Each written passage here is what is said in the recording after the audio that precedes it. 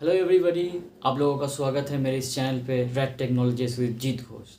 आज को हम लोग एक बहुत इम्पोर्टेंट टॉपिक को लेके डिस्कशन करेंगे।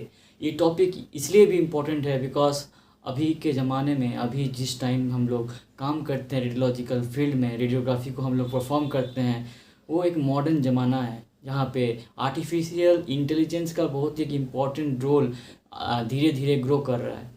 और आर्टिफिशियल इंटेलिजेंस के मदद से हम आगे जा कर के हमारा जो रेडियोलॉजिकल एग्जामिनेशंस है, हमारा जो रेडियोलॉजिकल प्रोसीड्योर्स है, हमारा जो इमेज का क्वालिटी है, इमेज का जो डायग्नोसिस है, वो बहुत अच्छी तरह से होने जा रहा है। तो आज का जो टॉपिक है वो है बेसिकली आर्टिफिशियल इंटेलिजेंस इन रेडियोग्राफी। तो आज को हम लोग डिस्कस करेंगे कि किस तरह से आर्टिफिशियल इंटेलिजेंस जो है हमारे रेडियोग्राफी में आ रहा है और उस रेडियोग्राफिकल इमेज को और भी बेहतर बनाने का कोशिश कर रहा है। जैसे कि हमें पता है कि हमारा रेडियोग्राफी हम लोग जब परफॉर्म करते हैं, हमारा एक ही उद्देश्य होता है, वो है इमेज क्वालिटी। और इमेज क्वालिटी अच्छा अगर होगा तभी जा कर के पेशेंट का डायग्नोसिस होगा।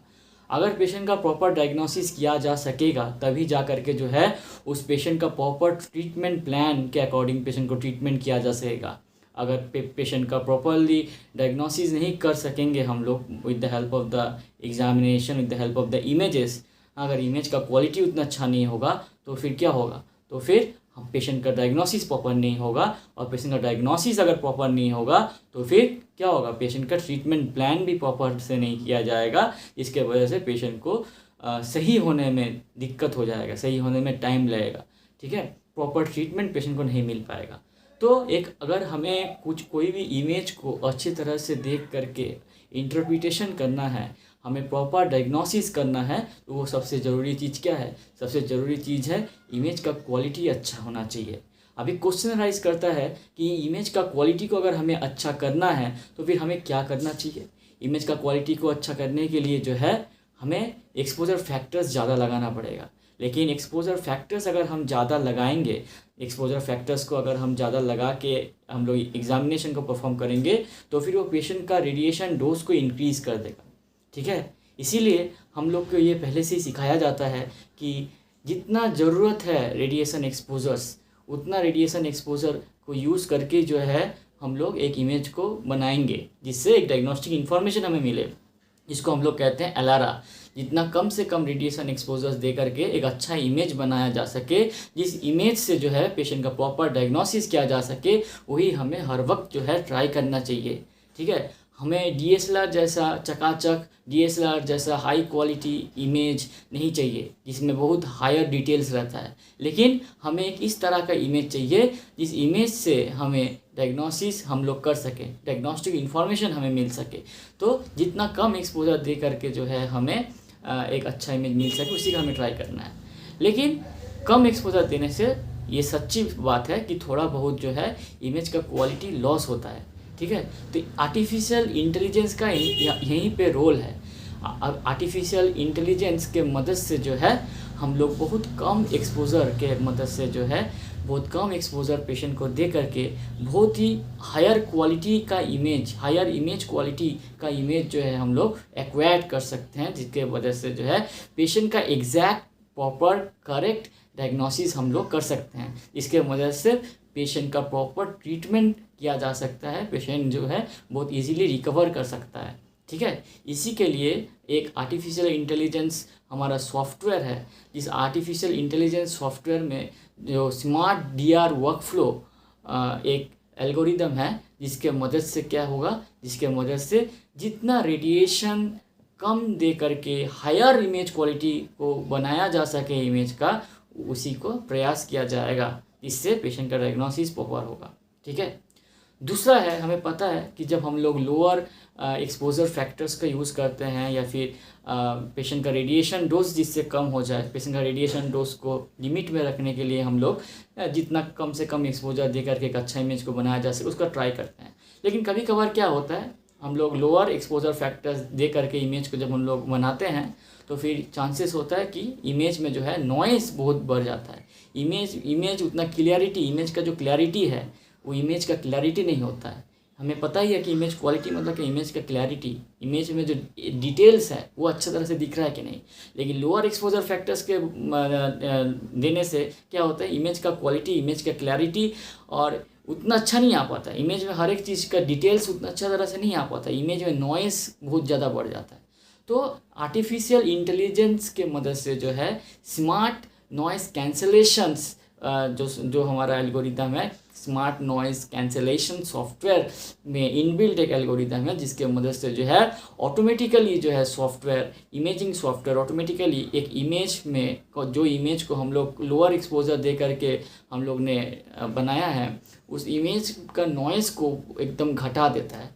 तो इमेज का नॉइस अगर घट जाएगा तो ऑटोमेटिकली जो है इमेज ज़्यादा क्लियर दिखने लगेगा, और इमेज ज़्यादा क्लियर दिखेगा तो उसमें रेडियोग्राफिकल डिटेल्स बहुत अच्छा दिखेगा, और रेडियोग्राफी डिटेल्स बहुत अच्छा दिखेगा तो पेशेंट का डायग्नोसिस हम लोग अच्छी तरह से कर पाएंगे, प्रॉपर इन्फॉर्म डायग्नोसिस हम लोग कर पाएंगे, और पेशेंट का प्रॉपर डायग्नोसिस हम लोग कर पाएंगे। और तो क्या होगा, पेशेंट का क्लिनिकल कंडीशन के साथ प्रॉपरली कोरिलेट कर पाएंगे, और पेशेंट का प्रॉपर क्लिनिकल कंडीशन कोरिलेट करने के बाद पेशेंट का प्रॉपर ट्रीटमेंट प्लान हो पाएगा। और साथ ही साथ जो इम्पोर्टेंट चीज़ है, कम एक्सपोजर दे करके एक हायर क्वालिटी इमेज के पाने के मदद से, ये आर्टिफिशियल इंटेलिजेंस के मदद से क्या हुआ, मेरा पेशेंट का रेडिएशन डोज घट गया। तो रेडिएशन डोज घट गया तो क्या हुआ, मेरा पेशेंट का सेफ्टी बढ़ गया। क्या सिर्फ पेशेंट का ही सेफ्टी हुआ? नहीं, हमारा एज अ रेडियोलॉजिकल टेक्नोलॉजिस्ट हम लोगों का भी सेफ्टी बढ़ गया, बिकॉज कम एक्सपोजर फैक्टर्स दे रहे हैं तो वो हमारे लिए भी सेफ है। ठीक है, तो आर्टिफिशियल इंटेलिजेंस का और भी बहुत सारे इंपॉर्टेंस है। ठीक है, बहुत सारे एल्गोरिदम्स आ रहे हैं, जैसे और एक एल्गोरिदम है आर्टिफिशियल इंटेलिजेंस सॉफ्टवेयर में, जैसे कि ऑटोमेटिक बोन सप्रेशन टेक्निक या फिर ऑटोमेटिक बोन सप्रेशन एल्गोरिदम, जो क्या करता है, इमेज में जो है बोन का जो अपीयरेंस है उसको सप्रेस कर देता है, जिसके वजह से हमारा जो सॉफ्ट टिश्यू है वो इन्हांस हो जाता है, सॉफ्ट टिश्यू बहुत अच्छी तरह से दिखता है। अभी तो हम लोग को पता है कि हमें अगर सॉफ्ट टिश्यू में कुछ भी इंजरी दिखना है या फिर सॉफ्ट टिश्यू में कोई भी पैथोलॉजिकल चीज़ देखना है तो फिर हमें एमआरआई करना चाहिए, बिकॉज एमआरआई में जो है सॉफ्ट टिश्यू बहुत अच्छा दिखता है। ठीक है, लेकिन आर्टिफिशियल इंटेलिजेंस सॉफ्टवेयर के मदद से, आर्टिफिशियल इंटेलिजेंस एल्गोरिदम के मदद से जो है हम लोग बोन को सप्रेस कर सकेंगे, जिसके वजह से सॉफ्ट टिश्यू को इन्हांस कर सकेंगे। तो सॉफ्ट टिश्यू इंजरी जो है बहुत अच्छी तरह से हमें दिखेगा with the help of artificial AI powered smart bone suppression algorithm. ठीक है, so that is very important. तो हाँ, बोन अगर सप्रेस हो जाएगा तो सॉफ्ट टिश्यू एनहांस हो जाएगा, तो सॉफ्ट टिश्यू एनहांस होने की वजह से सॉफ्ट टिश्यू में जितना भी पैथोलॉजी है वो प्रॉपरली दिख पाएगा। ठीक इसी तरह जिस तरह से हम लोग एमआरआई में देखते हैं, जिस तरह से हम लोग डीएसए में सब्सट्रैक्शन एंजियोग्राफी में हम लोग हायर इंटेंसिटी को मतलब रखते हैं, बाकी इसको सब्सट्रैक्ट कर देते हैं, ठीक इसी तरह से मतलब बोन को जो है सप्रेस कर दिया जाएगा और सॉफ्ट टिश्यू को एनहांस किया जाएगा, तो जिससे हम छोटा मोटा इंजरी जो है हम लोग इजीली एक्सरे के मदद से ही हम लोग देख सकेंगे, हमें एडवांस इमेजिंग एमआरआई का ज़रूरत नहीं पड़ेगा। ठीक है, हाँ, जैसे कि ये और भी इम्पोर्टेंट है बिकॉज एमआरआई करने के लिए जो है बहुत ज़्यादा टाइम लगता है। एमआरआई मोशन सेंसिटिव है, तो पेशेंट थोड़ा सा हिल जाएगा तो भी दिक्कत हो जाता है। ठीक है, तो इसीलिए जो है हमारा जो आर्टिफिशियल इंटेलिजेंस के मदद से जो है बोन को सप्रेस अगर हम कर देंगे तो बहुत ही कम टाइम में जो है हम लोग सॉफ्ट टिश्यू का इमेज हम लोग पा सकेंगे, तो सॉफ्ट टिश्यू इंजरी को डायग्नोस किया जा सकेगा, अकॉर्डिंगली पेशेंट को जल्दी से इमेज किया जा सकेगा। आप लोग जनरली देखे होंगे कुछ इस तरह के पेशेंट्स होते हैं जिनको हाईली ट्रॉमेटिक कंडीशन है, सॉफ्ट टिश्यू इंजरी है, patient is in a restless condition, उसको एमआरआई करना पड़ता है कभी कभार। तो पेशेंट रेस्टलेस होता है तो उसका एमआरआई करना बहुत ही चैलेंजिंग हो जाता है बिकॉज पेशेंट पैर हाथ हिलाते रहता है। लेकिन अगर आर्टिफिशियल इंटेलिजेंस के मदद से अगर हम लोग बोन सप्रेशन टेक्निक एल्गोरिदम को यूज़ करके हम लोग अगर एक्सरे कर लेंगे तो फिर ऑटोमेटिकली जो है पेशेंट कम हिले ढुले बहुत ही कम टाइम में, हाँ, तुरंत हम कह सकते हैं कि हमारा एक सॉफ्ट टिश्यू का इमेज हम पा सकेंगे। ठीक है, साथ ही साथ हम लोग लोअर एक्सपोजर यूज़ कर रहे हैं, हम लोग स्मार्ट नॉइस कैंसिलेशन टेक्निक का यूज़ कर रहे हैं, हम लोग स्मार्ट एआई पावर्ड आपका बोन सप्रेशन टेक्निक का यूज़ करते हुए हम लोग जो है एग्जामिनेशन टाइम को बहुत ही घटा दे रहे हैं with the help of artificial intelligence. तो एग्जामिनेशन टाइम का घटना बहुत इंपॉर्टेंट है, बिकॉज एक नॉर्मल पेशेंट या फिर तो जिसको थोड़ा बहुत चोट लगा है उस पेशेंट का एक्सरे जब हम लोग करते हैं तो ज़्यादा टाइम लगने से कोई दिक्कत नहीं है। लेकिन जो पेशेंट क्रॉनिकली इल है, जो पेशेंट को क्रॉनिकली इंज्योर्ड है, उस पेशेंट के लिए हर एक सेकेंड हर एक मिनट इम्पॉर्टेंट होता है। इसीलिए आर्टिफिशियल इंटेलिजेंस के मदद से हम लोग जो एग्जामिनेशन टाइम है उसको भी घटा देते हैं। इसके मदद से जो है पेशेंट का कंफर्ट लेवल बहुत हाई हो जाता है और पेशेंट को तकलीफ भी कम होता है, मेरा इमेज क्वालिटी भी अच्छा होता है, मेरा डायग्नोसिस भी अच्छा होता है। Okay, so this things are very important, जो कि हमारे आगे जा कर के आर्टिफिशियल इंटेलिजेंस के मदद से जो है हमारा जो वर्क फ्लो है, हमारा जो वर्किंग कैपेबिलिटीज़ है वो बहुत पावर्ड अप हो जाएगा, वो बहुत ही अच्छा हो जाएगा।